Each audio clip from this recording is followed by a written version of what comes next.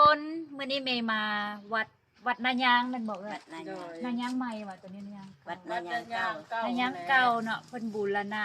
สร้างศาลพญานาคงามทุกคนเมย์ก็เลยถือโอกาสมาถ่าย MV เพลงอยู่นี่เป็นเพลงอย่างนั้นเดี๋ยวฝากทุกคนติดตามเด้อแต่ตอนนี้เมย์จะมา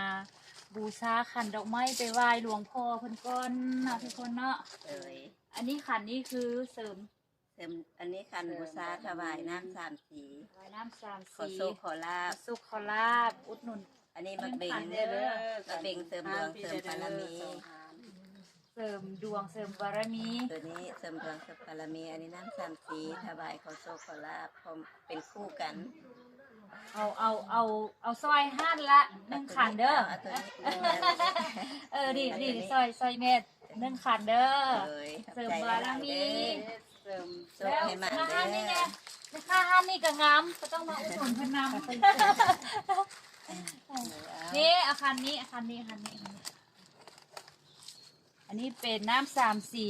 ขอสิ่งใดให้สมปรารถนา โชคขอลาบ น้ำสามสีขอโชค